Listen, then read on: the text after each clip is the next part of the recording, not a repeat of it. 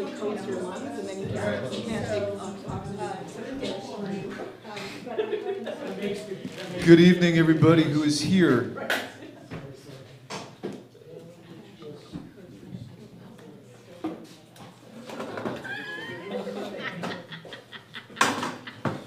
I have to ask the obvious question. Are we good to go, George? Yes. We're good to go. Good evening, everybody. Welcome to the Centre for Talking Arts in Hamilton, Ontario. You are privileged, I like to think, to be at an event of a new play. And the play is called A Simple Miscommunication. This is part of the Off the Page Readers Theatre series. So as you can kind of tell, Readers Theatre is just that. It is a staged reading. And we're going to have 4 performers who are going to be sharing 3 microphones at different times. I will make occasional stage direction comments, just so you know what's going to be happening, but there are going to be very few of them over the evening. And just to give you a quick rundown, this space has been open for around 2 years, 2.5 years. It is managed by Jake Chenk, who is a wonderful guy who has encouraged my behavior, and a lot of people's behavior, in doing stand-up evenings and storytelling and readers' theater in this case. We're not going to have an intermission for this performance. If anybody wants a drink midway through, the bar is over there. There are snacks. There is alcohol for a jingle of coin. I recommend you get some. And I just want to do a very quick introduction of the characters in this play. Give me 1 second, please.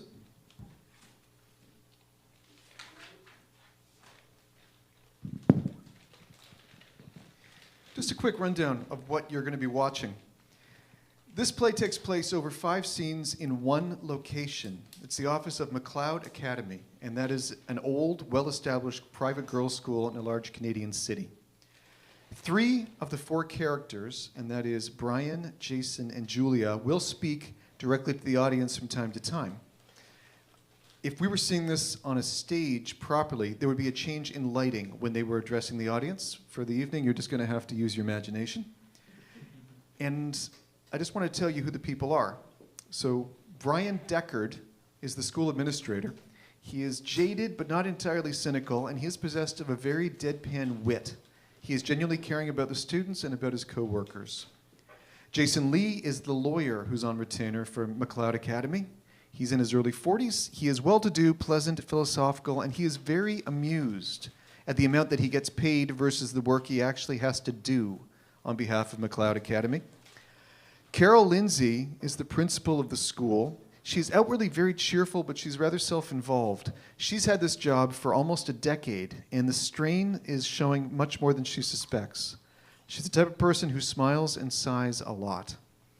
And Julia Borgia, is the mother of a child named Nina at McLeod Academy. She is very polite, but she is reserved and intense.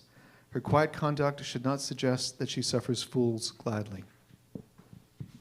I'm going to bring on the players, and I hope you enjoy the play. Thank you very much for coming out, and if you're watching this streaming, thank you for taking the time to watch it. Here's the cast.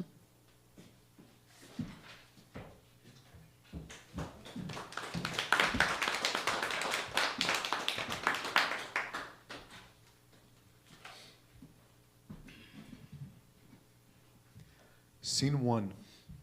The set is a private school office in Toronto. It is respectable but not lavish. The lights come on Jason and Brian, who are splayed out in separate chairs, either sleeping or passed out, each with a coffee mug precariously resting in their hands. There's a bottle of whiskey on the floor between them. Jason shakes his head, breaks the fourth wall by noticing the audience. He kicks Brian in the shins to wake him up. They're both very tired and a little bit drunk. Are we going to do this? It happened. Haven't we done this already? Something I got. That doesn't mean that we got to dwell in it. It'll be there. In the past. What's past is prologue. No Shakespeare, please. It's important to keep good company. Drink? None of this has to be Shakespearean. Well, of course not. Gotta love an abstainer.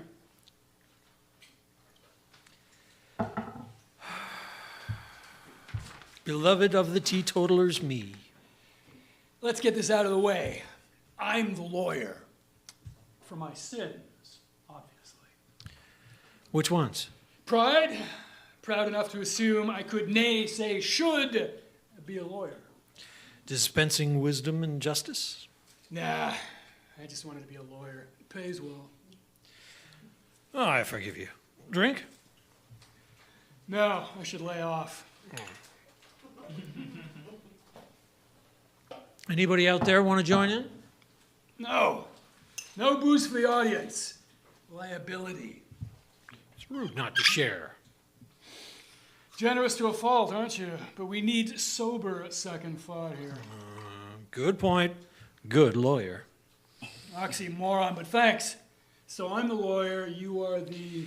Private school lackey, second-ranked, muckety-muck in the office. I'm the school administrator. overpaid secretary. Only part of the time, Partly overpaid? partly secretary. And what, he says, asking the obvious question, does a school administrator do?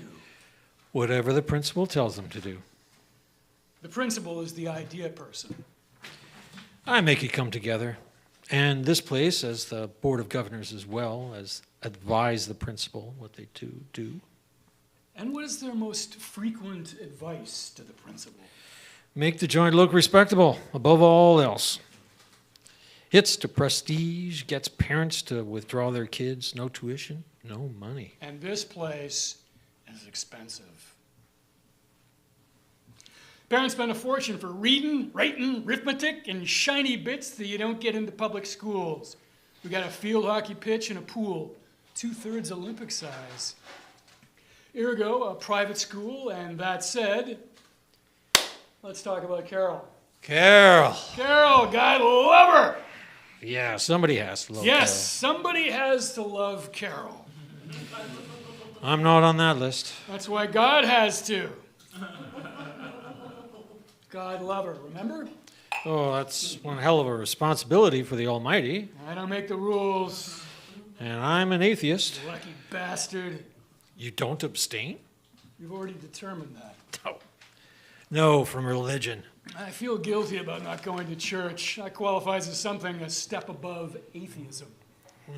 How did we get on this topic? Oh, you cited God's love. Oh, that does not sound like me, I cited God's love? or lack thereof, for somebody. Carol! Oh, yeah. She's the principal here. But we can't use the school's real name. Slander. Let's call it the MacLeod Academy. It's loosely tied to the Anglicans or Episcopalians. I thought it was Roman Catholic. Anglo-Catholic, maybe. What even is that? Who cares? Those names don't appear on my paycheck.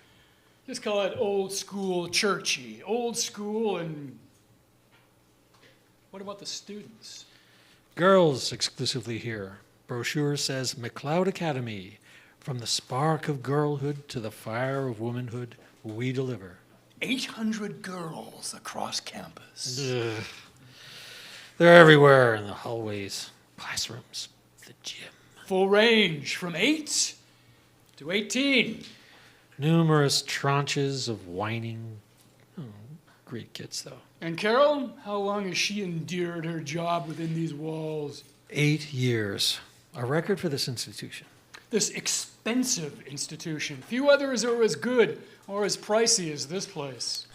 Warts and all, we get as good as it gets. And the warts aren't in the brochure. No, they spread in the shower rooms mostly. And doorknobs. We do sanitize every 3 months. It reduces outbreaks. I came into this all a few days after Carol's, shall we say, incident. Yeah. Carol had a bad day. It started off bad.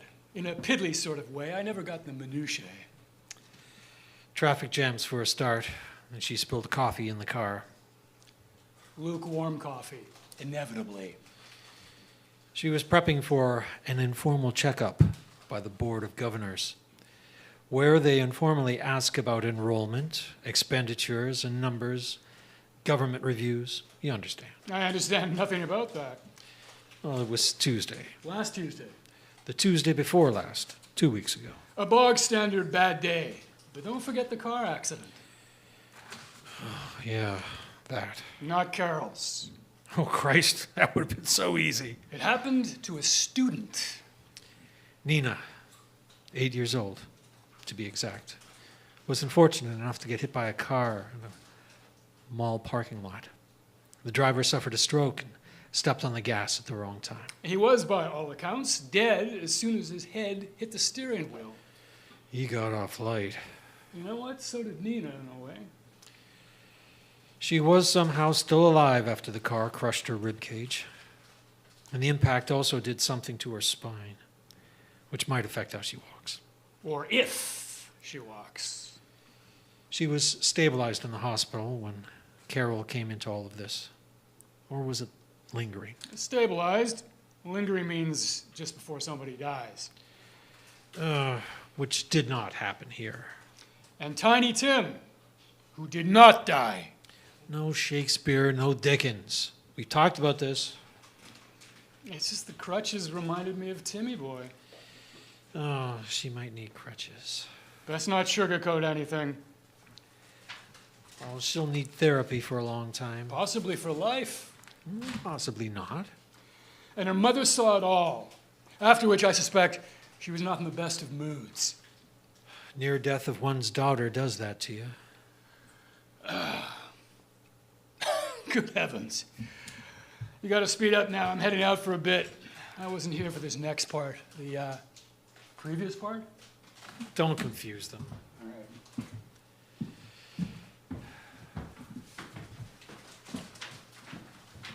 The segue to scene 2 is simple. Brian stays on stage and the lights change. The darkened office is illuminated and looks almost serviceable.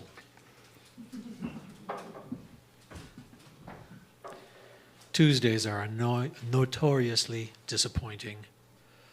The brief euphoria of the weekend dissolves by Monday morning, and Tuesday confirms that the rest of the week will be like so many others, with the odds of glory or simple peace and quiet being no greater than zilch. He reaches into a desk drawer and pulls out a Danish on a plate. In better news, it's Danish Day in the cafeteria. Donated 4 times a month by a reputable bakery founded by a McLeod alumnus.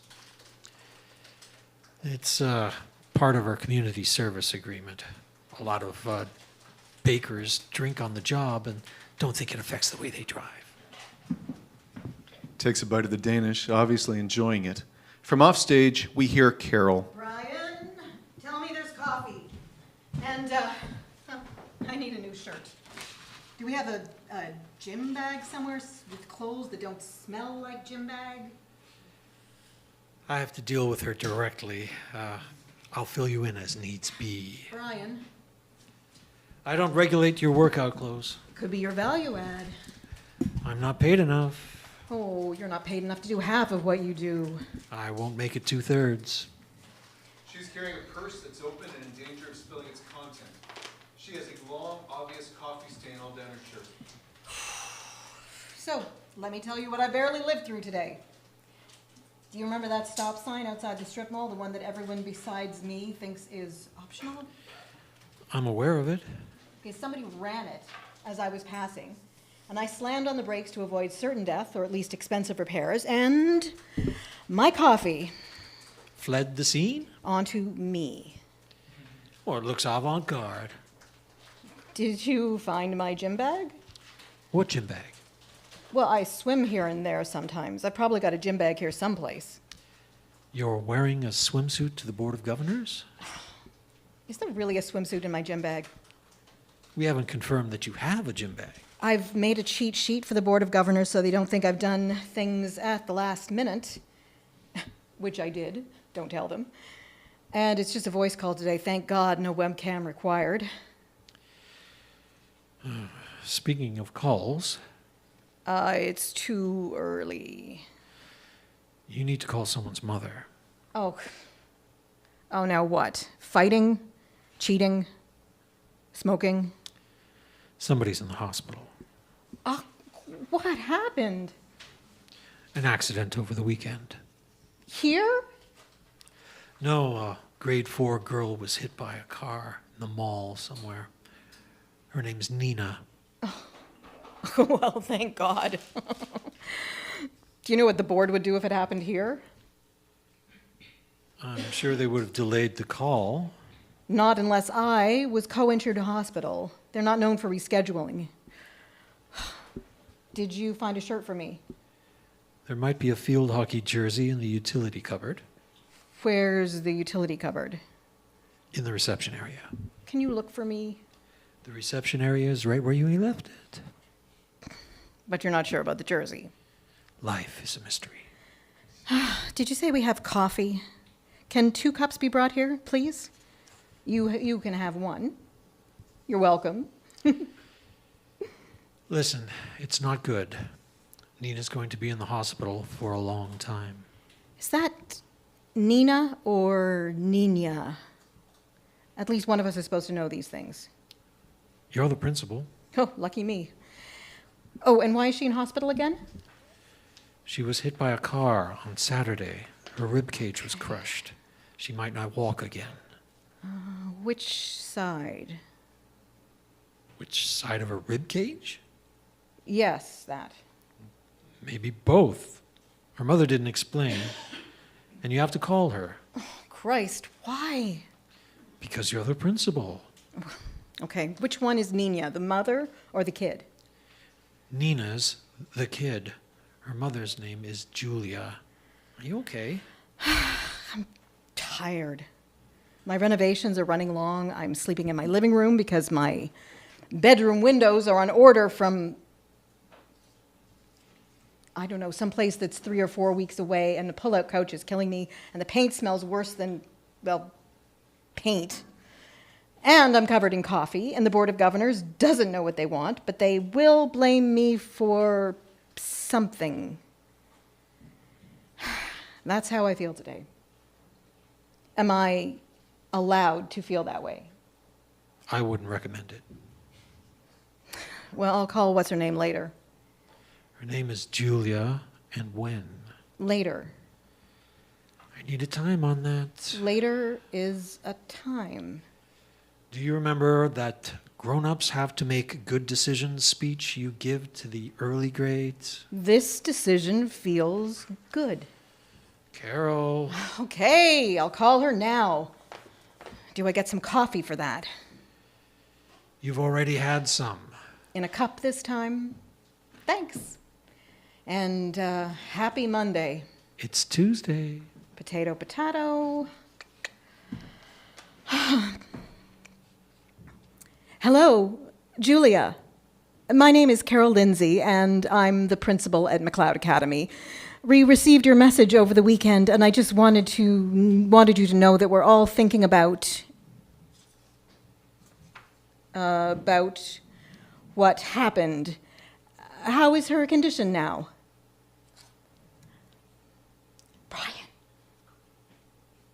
Brian, what's her name? What? What's the kid's name? What is it? Nina. Oh, I understand. That all sounds very challenging. You must be exhausted. Yes, well, we're all thinking about Nina. And I know if I were in the same place, I'd put aside everything to help my little princess, too. Yes, well, call anytime. I'm hoping for the best. Give her your cell number. All right. Goodbye. What? You didn't give her your cell number. Why in hell would I do that? You don't always check the office line. And not when I'm not at work. Her kid is in the hospital, and you said you'd do anything to help. During office hours, dear. Sorry, gallows humor. What's her mother's name again? Julia, last name Borgia. Borgia, like bourgeoisie. Well, that fits perfectly. And where's our coffee?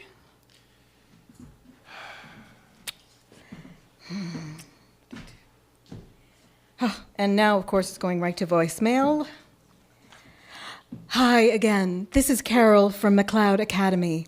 I just realized I didn't give you my personal number. It's 992-545-0101. And please call when you need anything. Goodbye.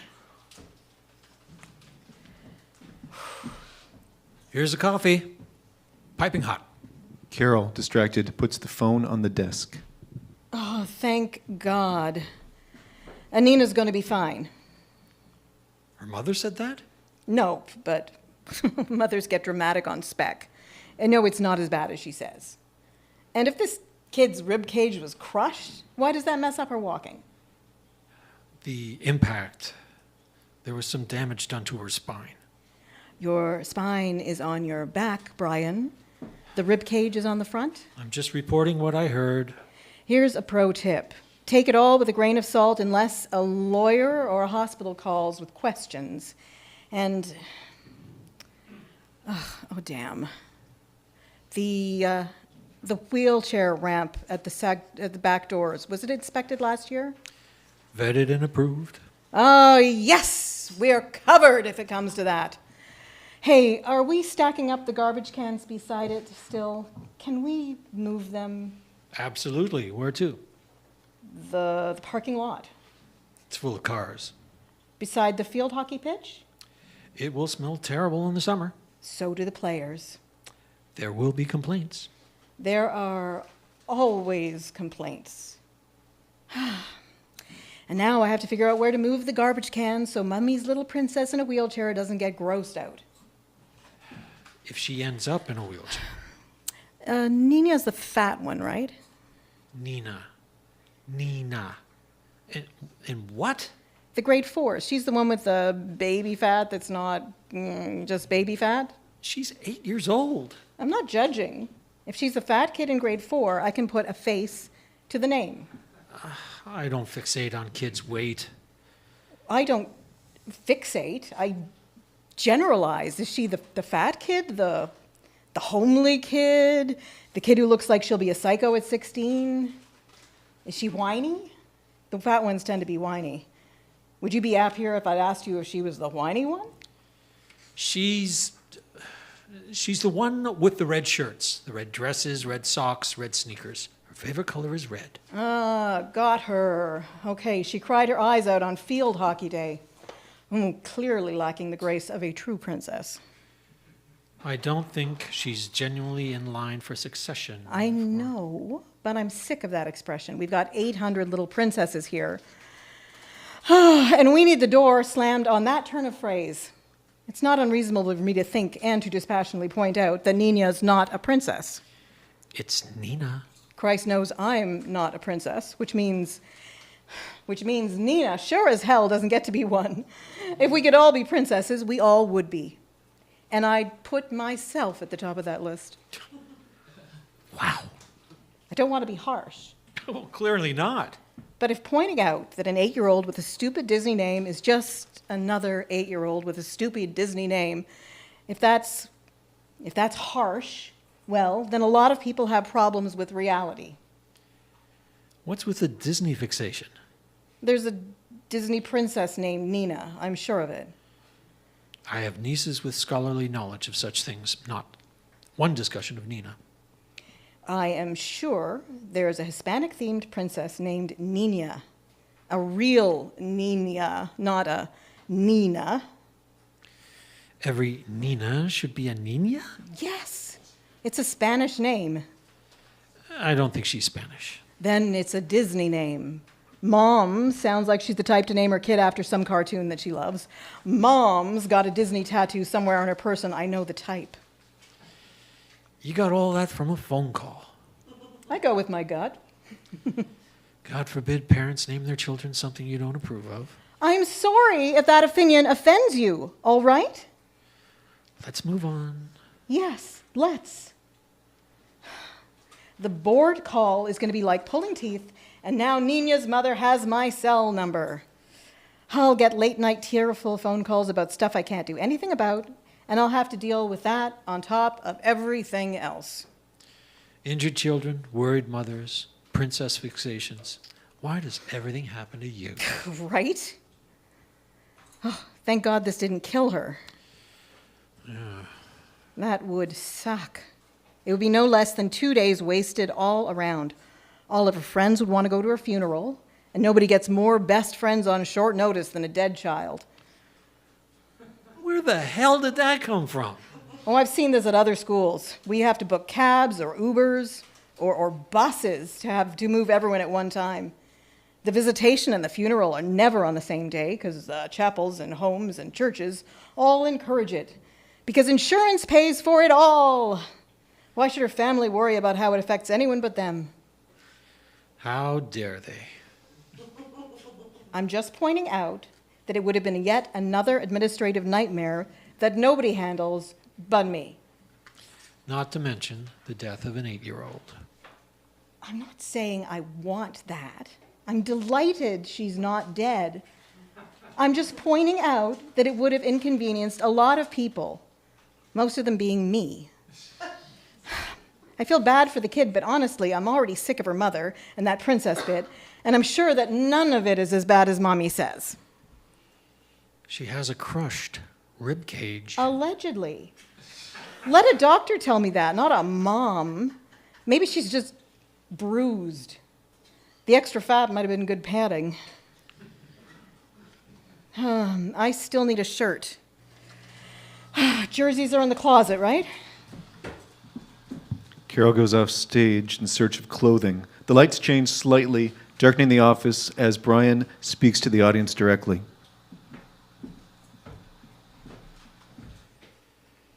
That was robust. I've seen Carol be professional to a fault on numerous occasions. It's a hard job. Parents complain, vendors change prices, kids and teens are full of melodrama. That has to be dealt with. I knew that she could be brusque, but ranting about a child in hospital did strike me as Callous? you're early. You come back in the next scene. I thought you needed the right word. I can leave. No, stay. You're already here. So you've told them about Oh, they saw it. hardcore, right? The kind of thing best kept behind closed doors. And the Disney bit was cheap, man. It's nothing to be proud of. And here we run into my part in this casual comedy. It's good to have a lawyer around I can help choose the right words. for contracts, Agreements. leases. And apologies. An apology was definitely in order. You all saw Carol speak to Nina's mother. And left a voicemail. But at the end, she just put down the phone and didn't hang up. So the voicemail went on, and every word of Carol's ranting, Including comments about Nina being fat, and how Nina's condition was probably not quite as bad as described. and how Carol feels that all this in its way of very, very hard on Carol went directly to voicemail. Every word. To a mother who heard it at her daughter's bedside in the hospital. Mommy was disappointed, at best. I found a shirt, but don't laugh. I'll come back in the next scene. I think you all know why I'm here. Bye now. One chuckle about this jersey, and I'm going home. The Board of Governors be damned. And have you seen my phone? Well, it's on your desk. Oh. Oh, it's stuck or something. Hmm? I don't think I hung up. On who? What's her name's mother? Nina? Whatever. Hey, do I get a Danish? Or at least a bite? The landline phone on Brian's desk rings. He picks it up. McLeod Academy. Brian Deckard speaking. Pardon? I can? Okay. Yes. I've heard about her condition and... Oh. Yes. Of course. Who can I say is calling? Oh. Okay, one moment, please. for you. It's Julia Borgia's lawyer. Who? Nina's mother's lawyer. What does he want? He wants to talk to you about Nina's weight and her Disney name and all those things you said about her. I'm not available. You're right here, Carol. No.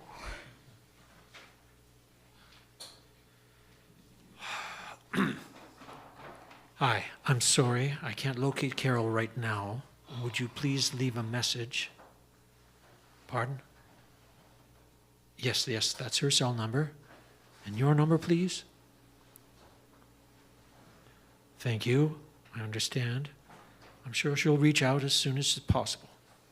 Thank you. Goodbye.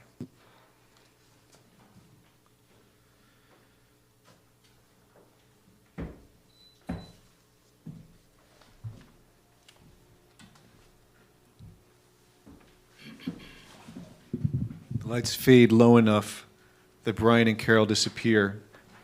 Scene 3 begins with Jason on stage, and as he speaks, he straightens his tie and buttons his suit jacket to look more lawyerly than in his previous appearance.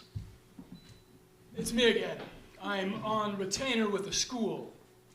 Usually I just deal with enforcing or renegotiating terms with gardeners, cleaners, that sort of thing.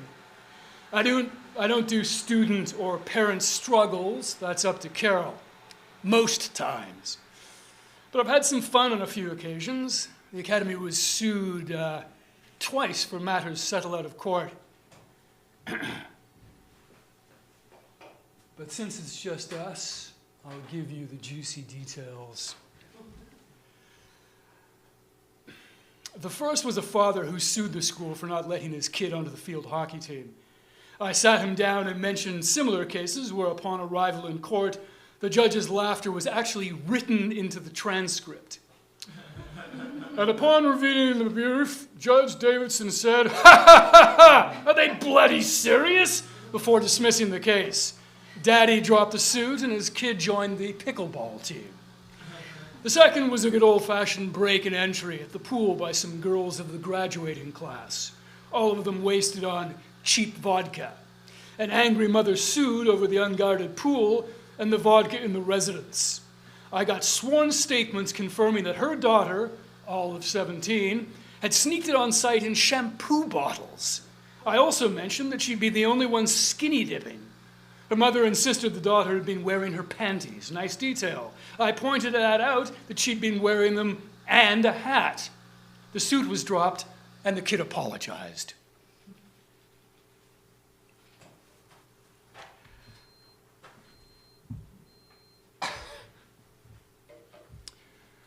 You might be surprised that most cases like this are settled with a chat and a handshake. An apology still goes a long way, but Carol was a different beast. I didn't hear what Julia's lawyer said to her directly, but Carol explained it in her own special, inimitable fashion. The fourth wall closes, the lights come up in the office, and Jason directs his attention entirely to Brian and Carol. Brian has secured a laptop, and he looks at it from time to time. He started out tough and didn't let up. I am not used to being spoken to that way. What's her lawyer's name? Tony is his name. Do I have to speak to him again? Did you offer to call him back? I just remember saying, "This call is over," and hanging up. Did you hang up properly this time? Don't start. Are we leaving voicemail for him right now? I am not up to... Julia, Brian told me that you bailed when Tony called. Bailed? Do you have another term? I wasn't at my best at the time. I called him an hour later. Did you keep notes? Again, I wasn't at my best at the time. So, Tony said something was uncalled for. What does that mean? He was direct, I would say. I need a little more than that. He accused me of things he thought I'd said, based on what Julia thought I'd said. Do you remember exactly what you said? Julia emailed an MP3 to the office. I've just sent it to you. That's my personal email. All emails received through the McLeod system are subject to review by the administration. I'm the administration, Brian. No, you're the principal. I'm the administrator. Forget about the school for a minute. What Julia heard was a private conversation. Does that get me anything? Such as? I am politely asking why Julia feels entitled to respond to anything I said in confidence to Brian. She wasn't eavesdropping. Your conversation was delivered to her. Inadvertently. She didn't have to listen to it. She's free to listen or not. Don't we have laws about this kind of thing? Oh, we do. And none of the eavesdropping statutes apply to this. You're an authority figure with agency over her daughter. Julia is within her rights to respond to anything you said relating to her daughter's condition. I talked about her class and tried to determine which student she was. I don't remember saying anything about Nina personally. Nina. And you did talk about her. I heard you. No, you heard us. It was our conversation. Did Tony mention the stupid Disney name park? I never said that. Yes, you did. You have an encyclopedic memory? No, just a transcript. Did Jason ask you to do that? Transcription is school policy for any recordings related to parental issues. You mean parental complaints? Not yet. This is still an issue, not a complaint. The difference being? When a parent talks to the teacher or the principal, that's an issue. If they go straight to the Board of Governors, that's a complaint. We can finesse this down to an issue, and none of it, none, is my issue. Carol, you didn't hang up the call. If there's an issue, unfortunately, you are the cause of it. Well, that's her opinion. Mine as well. I'm not saying I didn't use the wrong words. I'm saying that they didn't accurately reflect what I was feeling then or now. Julia should appreciate that. That's not your call. I will deal with Julia. Her lawyer, that's your job. And for the record, I stand behind everything I said. Seriously? Be that as it may, our first concern is how Nina has been affected and the reputational impact this could have on the school. I don't know why I keep being told I can't defend myself. Nobody said that. Not in so many words. I recommend leveling off as a starting point. And what the hell does that mean? A written apology. This was your idea. I'm not a lawyer. It might settle the issue immediately, and it will, at the very least, let Tony know what we're willing to pay nice. Oh, is that how things are done? He takes a folded letter out of his jacket pocket. I have something here. It's direct and mirrors the school's mission statement. The one on the website? Yep. And for the record, that page has a few spelling errors. The kids maintain it. I thought so. Run it through the spell check to take it up a notch. I helped write it. The statement? The spark to a flame stuff, that was my idea. Character and resilience built through effort and discipline. We understand that girls need to understand themselves. Nobody else wanted to do it. The Board of Governors just needed something that other school had. So the letter. The board complains about the price of soap, just bars of hand soap, but nobody, and I'm sorry to include myself here, notices the spelling errors in our mission statement. Is that sad or just funny? It's off topic. Just now. Of course. He hands the letter to Carol, who reads it aloud. Dear Ms. Borgia, I'm writing to offer my sincere and unconditional apology for the sentiments expressed in the voicemail you received from me. I understand that the tone of the conversation was blunt and dismissive. I can only say that those sentiments do not reflect my true feelings toward Nina's condition. I regret the way I expressed myself at such a delicate time.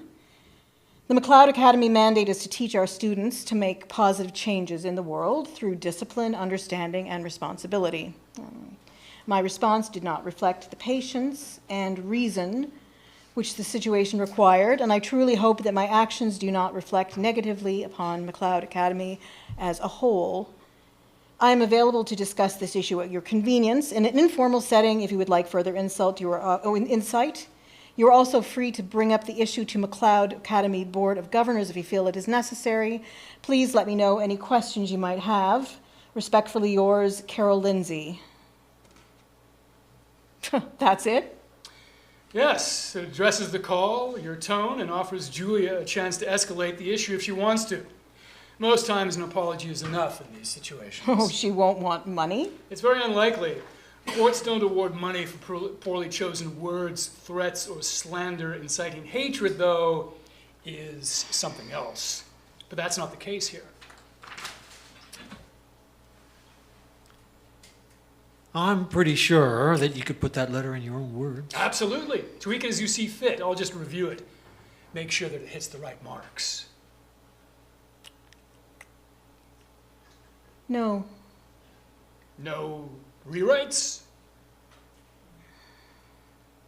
Carol, are you going to sign it? No, I don't think so. No. Do I need to remind you that the board takes this sort of thing? I will provide a clarification of what I meant versus what I said, if required. I'll admit my tone might have sounded coarse, but an apology is not happening. Julia heard something that wasn't meant for her, and I'm not responsible for that. Carol, you are responsible This for isn't about a phone call. It's about what I was thinking when I was speaking. I'm not always polite, but I am honest if that still matters to anybody. This is not a good idea. And honestly, I don't care how Julia feels. She's going to complain about me, whatever I do, so I will regulate my response entirely on my terms. She is responding to what I said, not what I meant. That's not fair. I'm not responsible for using wrong words. How are you not responsible for the words you chose? Because they were the wrong words. I'm not convinced that is a mistake on my part. I just didn't have the right words at my disposal. It's your mistake. You said tactless things and somebody heard them. This is basic, Carol. 2 + 2 is 4 here. You can't parse it farther than That's that. your opinion. I have my opinion, and that matters very much to me just now, regardless of what you're trying to get me to wrongfully admit. You are a representative of the McLeod Academy. Yes, and for a very long time, I have upheld every Carol! aspect.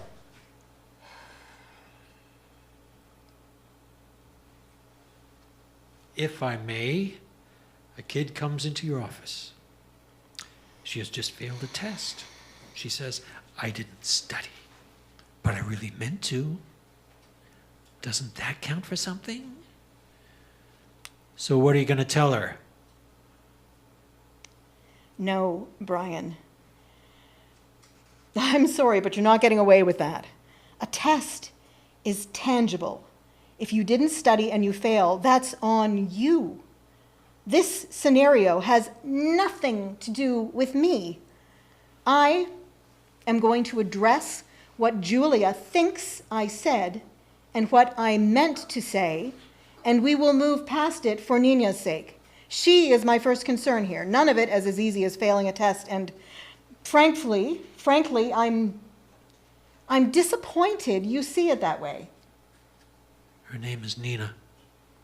I don't care. Honestly. This is a non-issue, and I've already done everything I can. And what does everything I can mean? It means everything I can. Are we finished? Yes, we're finished. The board has sent Gordon and Janice around today. They're upstairs looking at the gym renovations and probably everything else. So I have to at least meet them. Does the board know anything about this? I haven't told them anything. I'm just on retainer. That's a no? Both of you? I want a yes or a no. Neither of us have mentioned anything to the board. Yet. Okay? We're done here. If I sign that letter, I'm bound to it. I am not properly reflected in it. And I'm not an idiot, Jason. 2 + 2 is 4, but it's also not 5. And that is my focus. Julia wants me to apologize for not adding up to 4. I'm standing pat on not being 5, and that logic is solid, right? Brian? Do the needful, please. Respond to Julia. Tell her that I have reviewed the situation. She is welcome to talk to me face to face, with or without her lawyer, when I am next available. And when will that be? At my convenience. Thank you. Boys? She leaves. Jason and Brian stare at each other in shock. The light fades from the entire stage and illuminates only the two of them as scene 4 begins. Brian heads towards the desk and returns with a bottle of whiskey. They each grab a coffee mug and take a generous shot. A lot to unpack here. Mostly psychologically. She did get a bit emotional, didn't she? Sounded rather happy at the end. Happy or just high and manic? Exactly. And here's where Hat puts us. No laws have been broken. Calling somebody fat isn't slanderous, just rude. But that's not the end of it. According to the school charter, which is, what, 100 years old? I think 127 from the last time. I had to dust it off or something. The charter makes it clear that the principal acts as an adjunct of the Board of Governors. Adjunct just sounds more official than employee. It's a thing in old private schools, you know? They hired her so that they can fire her. Teachers are priests. Principal is the Pope, and the Board of Governors is the Holy Ghost. You sure this place isn't Catholic? You do. Do you see any clergy? I'm sure you're not Catholic. Still atheist. Last Catholic. I never sought comfort in any Catholic's lap. Spiritually, at least. It's expected that Carol wouldn't badmouth a student, a hospitalized student. And would not deny the fundamentals of basic math with 2 + 2 isn't 5, which suggests she's clearly not on the side with McLeod's traditional values. Like logic. This place is snobby, archaic, and self-important, but it has never said that 2 + 2 is anything other than 4. Carol's job is entirely at the discretion of the Board of Governors. Julia's mother could have gone directly to them and skipped Carol entirely.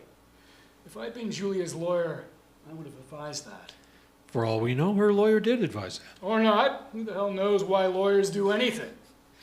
In any case, Julia simply asked to speak to Carol privately without her lawyer in a lunchtime meeting 2 weeks after the voicemail incident at Carol's convenience. She couldn't dodge it any longer? Maybe she thought she'd gotten her story straight. I was an observer at that meeting, to keep things honest. I was there because they pay me. And it was. It was a hoot, as they say. Light comes up behind them, showing Carol at her desk as scene 5 begins. Brian and Jason walk onto the lit stage in the previous scene. They take their places. Julia comes on stage, takes off her jacket. We see that she's wearing casual medical scrubs. Miss Borge, thank you very much for coming. My name is Jason. Lee, Tony told me all about you. And I'm the school administrator. Brian Deckard. We met on Nita's first day. Hello, thank you for taking the time to, You're Carol. Thanks. And fair warning, I may have to run out to the if the hospital calls me. we could reschedule if it comes to that. Really? Looks like you're always busy. I waited 2 weeks to see you. Well, I've moved some things around, just for today. Life's not convenient when you're running a school. It's like an emergency ward. How's that? Busy. Like an emergency ward. You look like you'd understand that. Pardon? Well, your scrubs, is that what they're called? I assume you were too busy to change before coming here. Is that a problem? No, it's just unconventional. Do you work in a doctor's office? I am a doctor. Oh, really? You're not listed that way in Nina's file. Are you a research doctor or a doctor? Yes, I have patients. I'm an oncologist. We'll update your records with her. Don't bother, thanks. I don't like to refer to myself as a doctor outside of work. Most of the doctors I've known like to be called doctor. Not me. Why is that? I don't like explaining my job all the time. Can I ask you where you work from? Numerous locations. Hospitals? Yes. Anywhere else? Clinics. Would I We don't have a lot of time. I'd like to cover a lot today. I got cards for Brian and Jason, and you can find my professional details on the St. Swithin's website. I'd take a card too, please. I've only got 2 with me. All right. Now, how are things? Nina's in a lot of pain. Well, I'm sure the painkillers help a lot. She's still in a lot of pain. Is it as bad as she says it is? I know that kids complain a lot. Around here, a sprained ankle at field hockey gets milked as if life-threatening for weeks. Nina's rib cage was crushed. All of it? Yes, all of it. Like literally? I thought a few ribs might be okay. That's not how it works. So as far as pain goes, is that like a 5 out of 10? Or... Nina tells me she's in pain. Her specialist agrees that she'll be in pain for a long time. I believe both of them. Oh, well, I thought you might have some special insight since you're a doctor. I'm an oncologist, not a thoracic surgeon.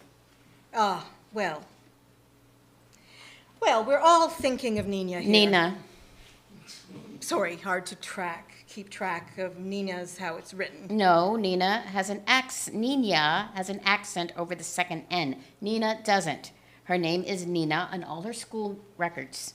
Oh, my bad. I have a problem with names. You don't like the Nina pronunciation. What makes you think The that? voicemail you left me? Well, that was just a linguistic comment about the name. You were talking about Nina. I think that conversation you heard was actually about a lot of things. That's what it was? Yes. I want to talk about those things. Oh, the words, yes. Those words. All those words.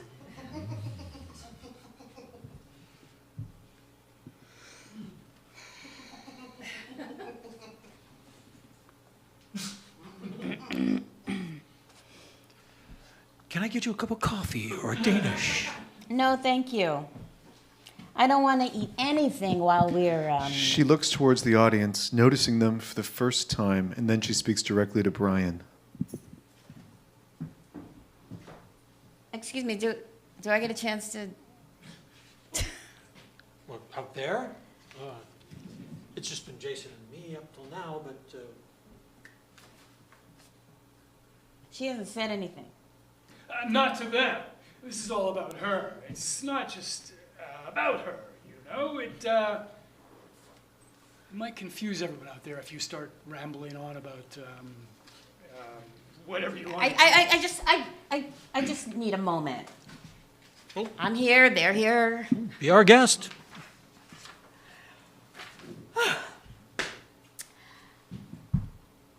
Will I have to explain oncology to anyone? Most people understand. Does anyone confuse it with ophthalmology? Oh yeah, I get eye doctor questions and yes, back adjustments from time to time. They think you're a chiropractor? An osteopath. Well, I'm guessing cancer doctor oversimplifies things. Cancer specialist doesn't sound as negative. Everyone likes to feel special. Sorry. Don't be. Patients try to joke their way out of their diagnosis all the time. I let them talk, let them know what's real. I wouldn't know where to start. I will be blunt. Do you understand? To us or them? Everyone. I have better things to do than deal with the school principal over and her minions. I mean, no offense. None taken. This isn't even the worst part of my day. I have 11 patients just now, and some of them are doing well, and some of them are relapsing. 2/3 of them are probably going to die within the next 6 months, barring a miracle. That happens sometimes, but it's not worth depending on. I can't imagine it. I mean, being here is an imposition. I should be either working or with Nina right now. And this is only happening because she has a problem with my daughter. At least the two of you are clear on that, right? Is Yeah. Nina's father helping at all? Does she have a Sorry. I'm just here to listen. I just want Carol to explain everything she said. I'll see how she'll treat Nina when she comes back to school, if she can come back at all. And I'll just leave when I've heard enough. Just so you know, Carol's adept at talking her way through things. I don't care. I'm used to listening to the rationale of people convinced they're right. Patients insist they're not as sick as they really are. They just think beet juice is better than chemotherapy. Or they need another doctor's opinion, since obviously one more opinion will cure them. And then I tell them they're really, really sick and beet juice is useless. And then they want to leave. Hand over their paperwork and wish them well. I've heard everything. Whatever happens today, you are, of course, entirely within your rights to... To what, complain? Well... I can't sue for anything. Tony told me that. And I'm sure today's discussion won't take long, and I'll go back to my full roster of patients and to Nina. That's it. Understood? Entirely. Okay. And that's all for them? For them, for you two, I'll get Carol to myself. She is all yours. All right. So, thank you for coming today. You said that. Yes, and I want to let you know that I'm acutely aware that I did not express myself properly in the conversation that you overheard. I agree. It's easy to misunderstand something that's been overheard. Is that what happened? You don't get the full story from something that's overheard. It's called hearsay in court, right, Jason? Why are you saying overheard about that voicemail? Well, maybe that's not the right word. It was delivered to me. I didn't walk past your office and listen at the door. But it was, to be fair, a private conversation you stumbled into. I beg your pardon? None of what I said was intended for anyone other than Brian and myself. So that still doesn't excuse your... I want to make it clear that I'm not making excuses. That doesn't excuse your poor choice of words. Those words were entirely of their own selves. What the hell does that mean? Of their own selves. unclear situations create unclear thoughts, which cause the wrong words to develop in that situation. I thought you'd understand that level of cause and effect since you're a doctor. You've lost me. Now, let me be very clear about something. I would never have chosen those words that I had been using. Jesus Christ. Then, if you can, please explain to me how those words came into play.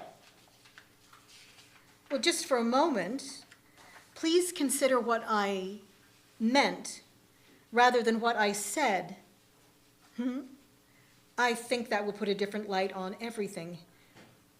Maybe it will influence what you were looking for from me today. Tony said that there might be a letter of apology to read and consider. Who's Tony? Julia's lawyer. We told you about him. That was weeks ago. I waited weeks to see you. I pushed things out of the way to be here today. So did I. My free time is scarce. Mine as well. I am a school principal, you know. I am a doctor. Well, I think we can all do better than just that apology your Tony thinks is so important. Who's the we we're referring to? Is that you and me? Well, and Jason and Brian, they're part of this too. Neither one of them had any bearing on what I heard on that voicemail. Well, Brian was there as well. I think you may remember. I am not here to discuss anything he said. I want to discuss what you said. Now, perfectly fair, given the situation, which was not as well responded to as it might have been. By you. By everyone, really. Including me? Well, all of us. I'm referring to what's come out of the situation for all of us. I don't understand. I'm taking full responsibility for how I reacted to what happened. Try that again. I'm taking full responsibility for the steps I took that has resulted in your response to this situation. Okay, so that is theme and variation on I'm sorry you felt that way about what I said, which is I am not going to tolerate. I've already agreed that inappropriate words were present. Which words? Please, I'd like you to be specific. Most of them. Is that specific enough? Most isn't a specific term, it's a general term. I'm meaning most in a very specific general term. And that means? I know you might feel, for example, that I sounded uncharitable about Nina's weight. You mean, is she the fat one comment you made? I don't think I used those words exactly. You but- did. You did, Carol. Page 1 of the transcript, if you'd like to see it. All right. Now, understanding that, I want to say that the overall context... Do you think my was- daughter's fat? I didn't say that.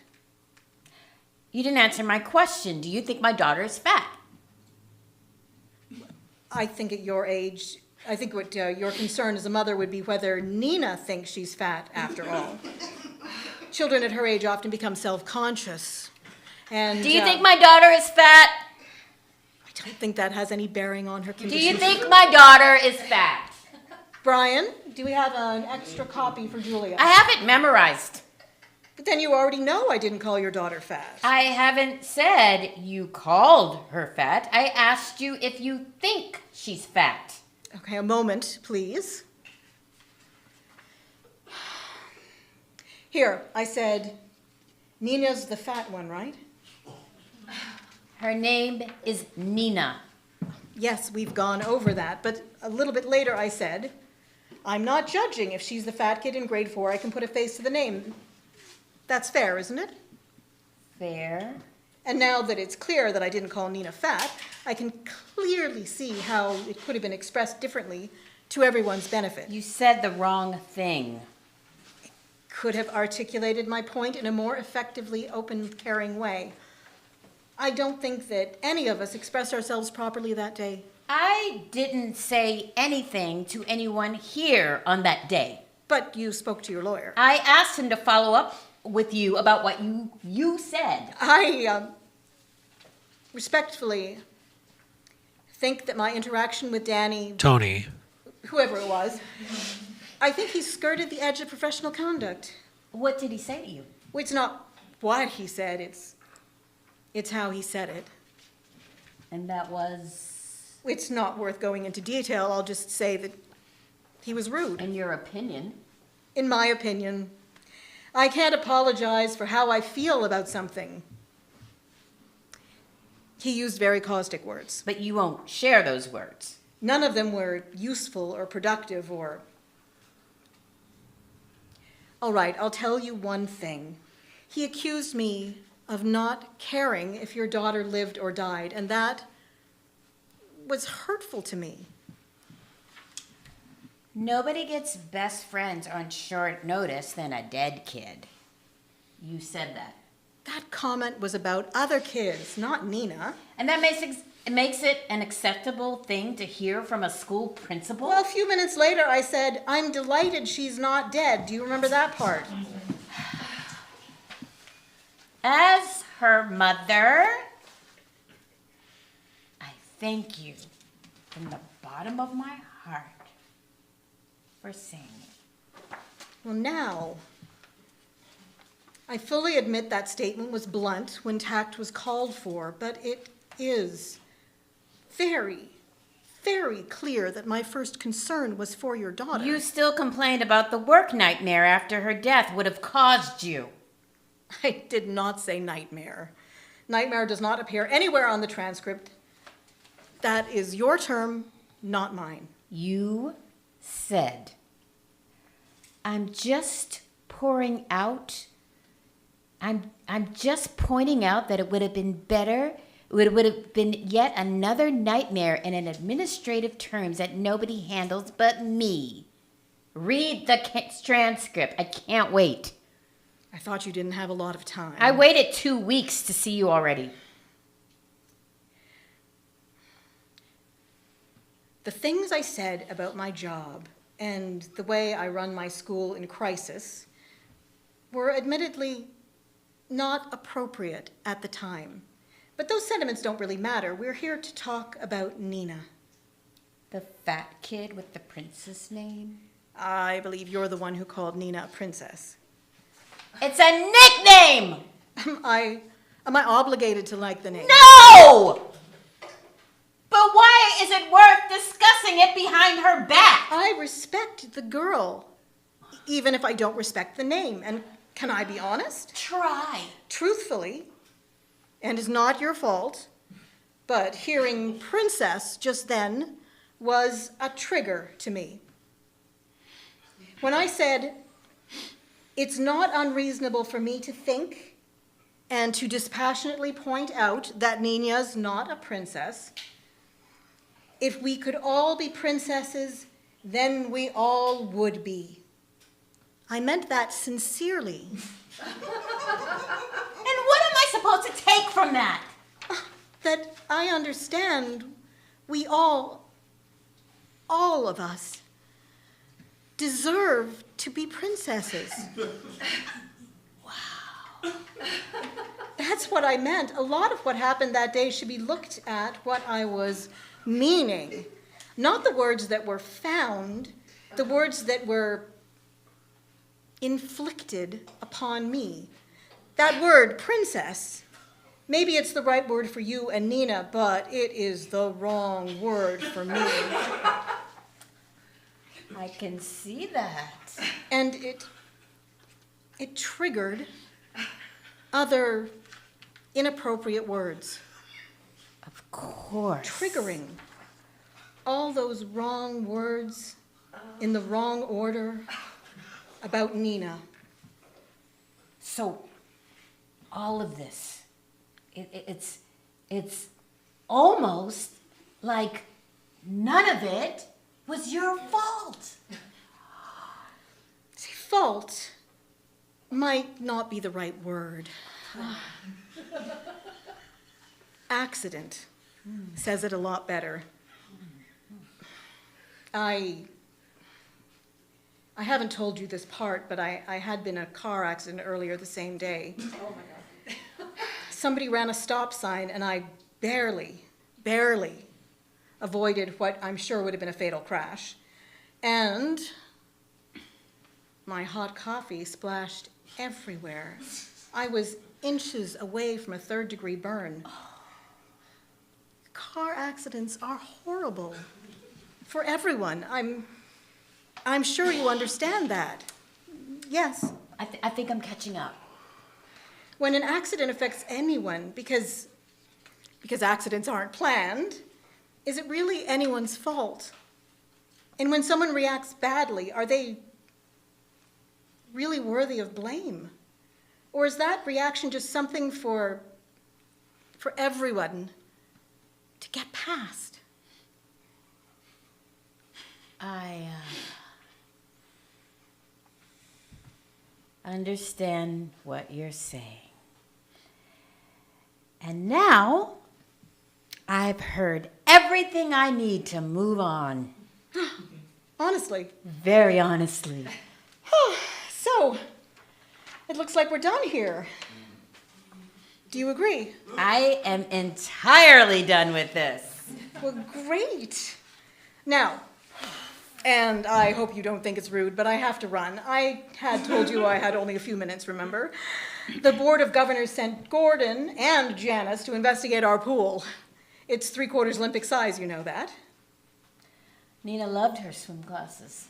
Well, I hope to see her in the pool soon. With a crushed rib. She can do that? Well, wonderful. Well, you're the doctor. And Brian and Jason will see you out. I'm so sorry. I have to take off right now. That's quite all right with me. And send my best, our best, to Nina, yes? And you've got my cell number. I'm here to help you at any time. You might need to wait for me for a few days to respond, but I'll do what I think is best. That's what you do.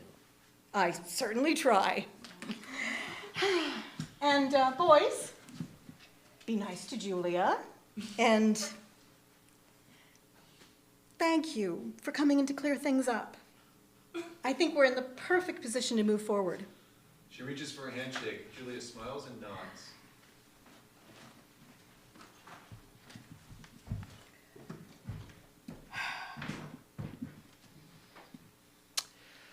I'm sorry. This was one more thing on your plate.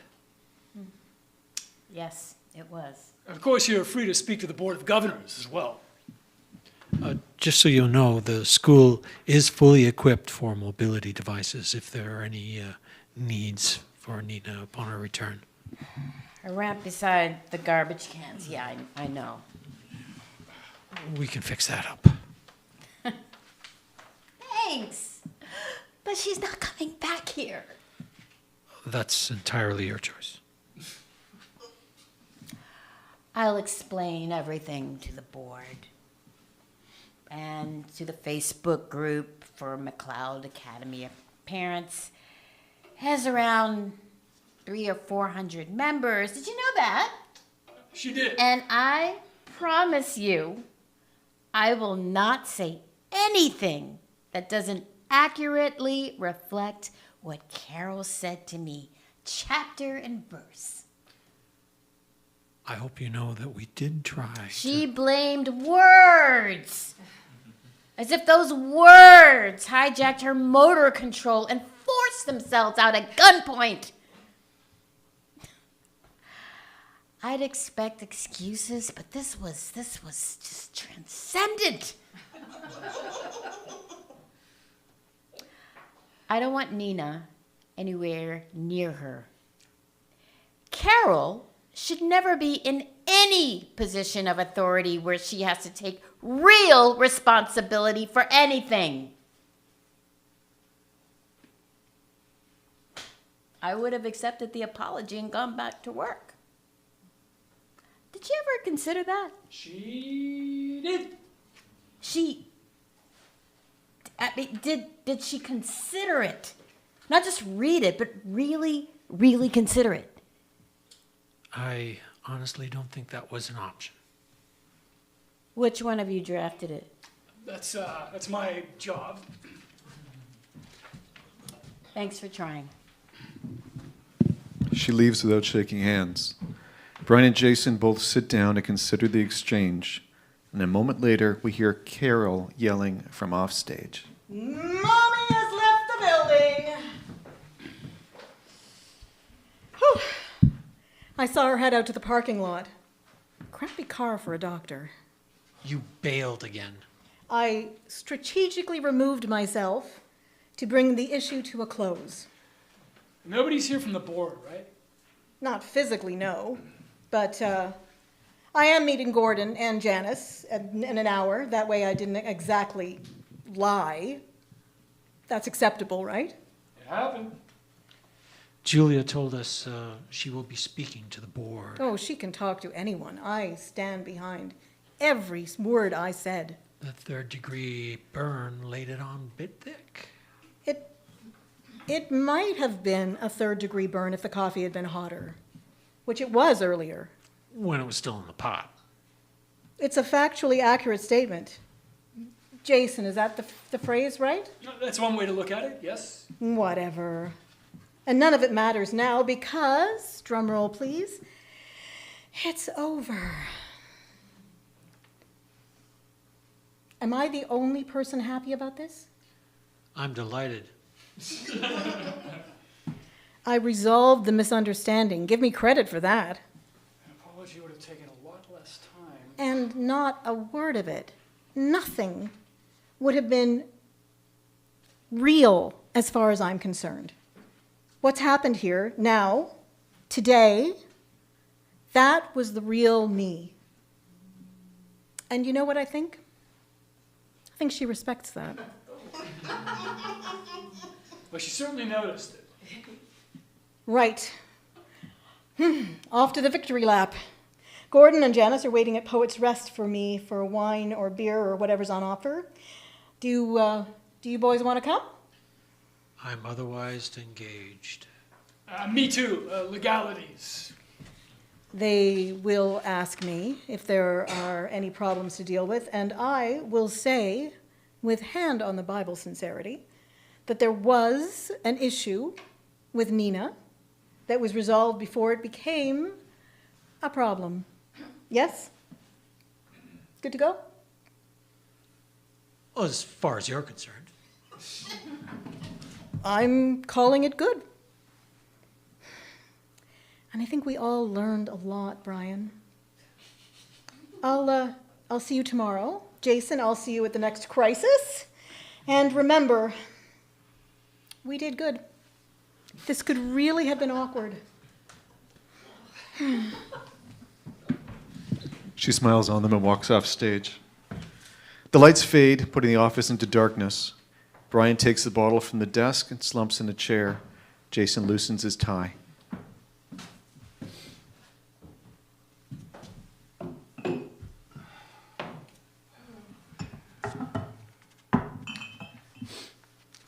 Oh, she certainly made her thoughts clear.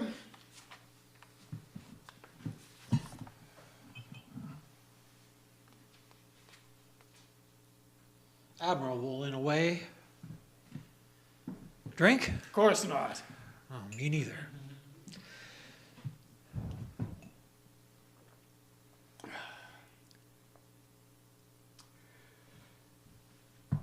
To the rest of this, it's deeply deceptive. Carol had a lovely evening with Gordon and Janice. Julia called the Board of Governors the next day and shared the voicemail, Put it on Facebook, too. along with her account of what Carol said at the meeting. Detailed it was. I would call it word perfect. It's standard practice to let parents know that meetings are to be kept strictly confidential, but I failed to mention that to Julia. Funny, so did I.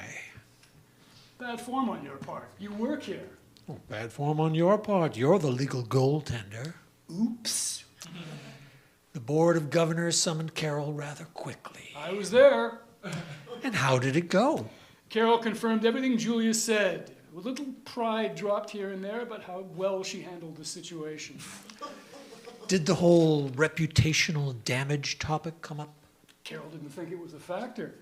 And the board? They thought it was a factor. I had already told them about the angry phone calls and emails from 160 pissed off parents. That was just day one. 800 students with 160 parents. Even if only half of them withdrew their kids due to Carol's conduct, that's a solid 10% hit on McLeod's bottom line. So now Carol is now simply no longer part of McLeod Academy. It wasn't a dismissal exactly, more of a strongly encouraged reappraisal of career choices. A mandatory reappraisal. The janitors told me that Carol was walked into and out of the building by campus security, if you can believe that. When she cleaned out her desk, she asked for something to pack her personal items into. They gave her a bag. A garbage bag. She said that wasn't appropriate or helpful. They gave her a second garbage bag. At which point, she either got the hint or convinced herself she was above the hint and departed. And have you met the temporary acting principal? Reluctantly so. There's a pay raise, though, right? Not unwelcome, but not the selling point. I'm better at logistics than schmoozing, which is Carol's strong point until it went sideways. Downhill would be my vote. I was trying to be kind. Why not just be methodical and precise? Carol leaned on that. Towards others. A cup of rather weak tea for herself. So, if you're all up to the challenge, maybe tell me what you or anyone is supposed to do once you realize that you're no better than the best you can do. Your definitive, this is my best. And when your best is done, maybe you find out that it's the end of you. And with only yourself to blame. Hustlers of the world, there is one mark you cannot beat, the mark inside. It's not Shakespeare or Dickens. George Bernard Shaw? Wrong continent. Neil Simon. Burroughs. Doesn't sound like Tarzan to me. William S., not Edgar R. Why are you a lawyer? English lit is your passion? I memorize text easily. Literature, law books. I chose the easy money. A lawyer for your sins. Greed first and foremost. Hey, I have good charities. Make you feel good about yourself.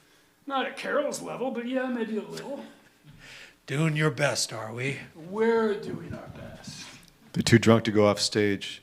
They both fall into the chairs, and the tableau matches the way they looked when the play began. Thanks for letting us say our piece. We didn't mean to linger, but some of the stories need working on. And Christ knows Carol wasn't giving anything up.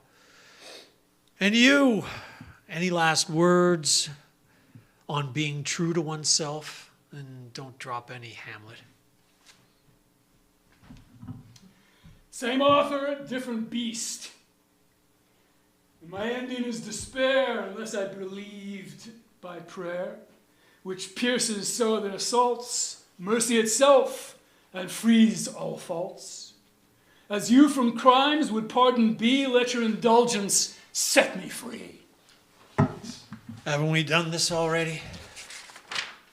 Something like that. That doesn't mean we have to dwell on it. I'd still be there. Yeah. They pass out as the lights fade. And thanks very much for your time, everybody. Michael DERBECKER!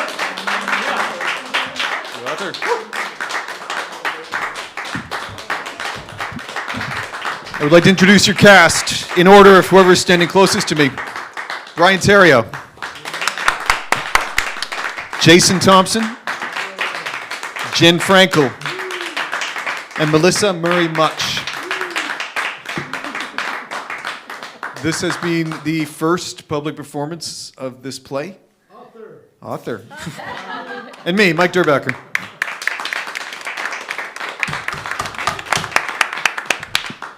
Everybody watching it streaming and everybody here, thank you for your time and attention. Does anybody here, I will never get a chance to do this again. Does anybody here have any questions about anything? We got one, go for it. So was the oncologist supposed to be a black woman? What? No, I'm curious. No, it's important, it's important. Supposed to as a Was it supposed to be a woman of color, or was it just supposed to be anyone? I'll give you an honest answer.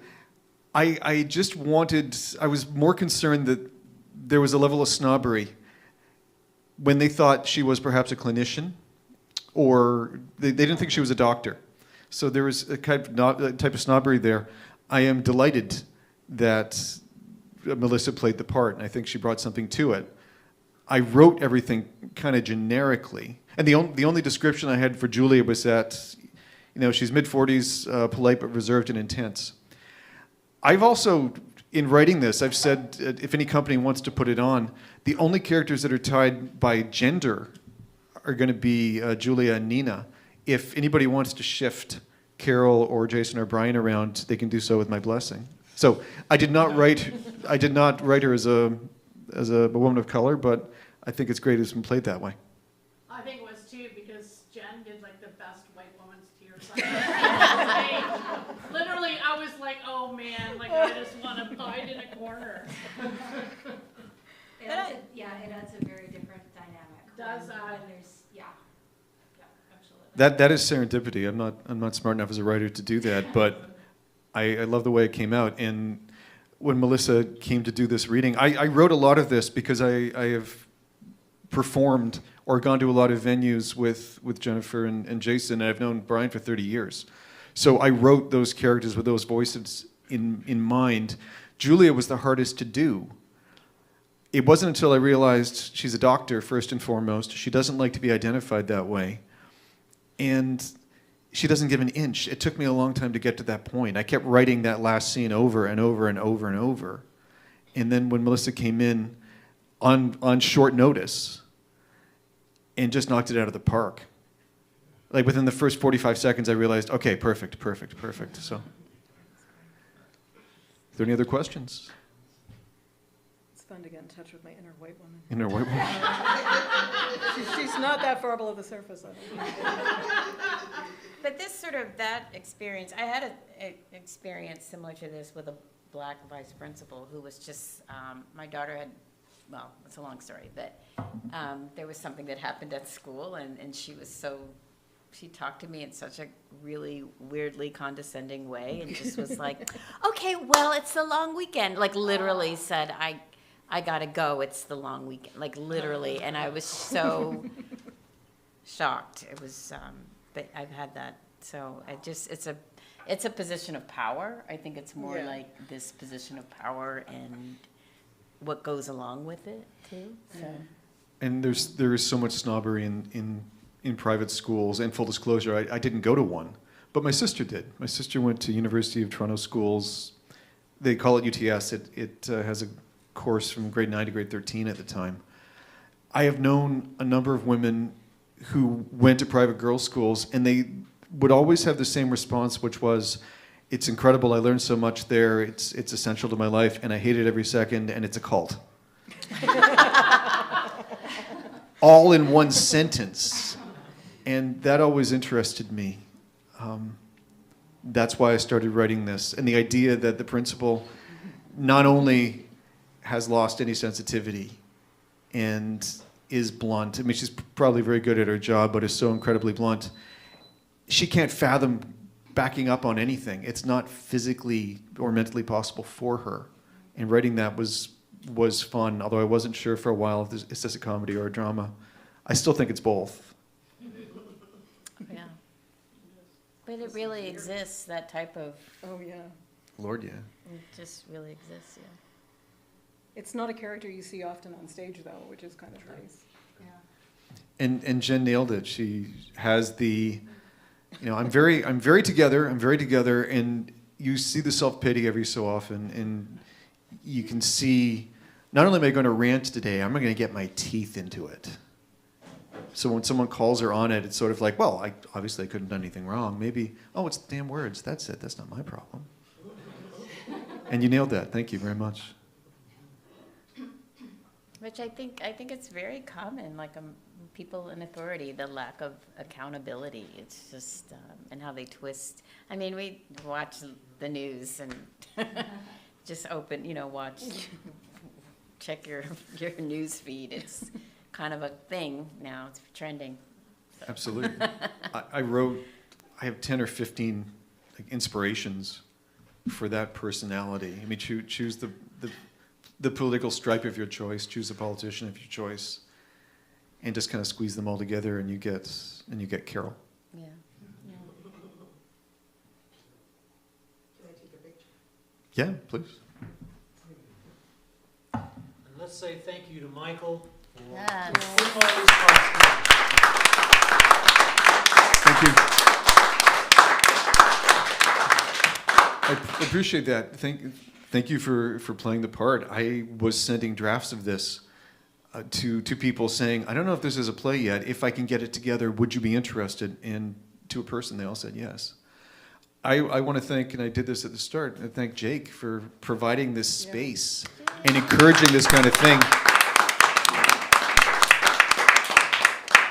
It's an incredibly rare in any city. I mean, and difficult in Toronto and difficult here. So thank you, and thank you again. And hopefully, if I can get this together, I'll watch the video of this, and maybe if I get lucky, I'll do it for a fringe show someplace someday. Okay, thank you.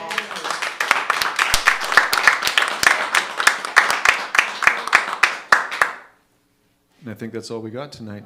Please hang around. There are drinks over there. Have a wonderful evening. Thank you and goodbye.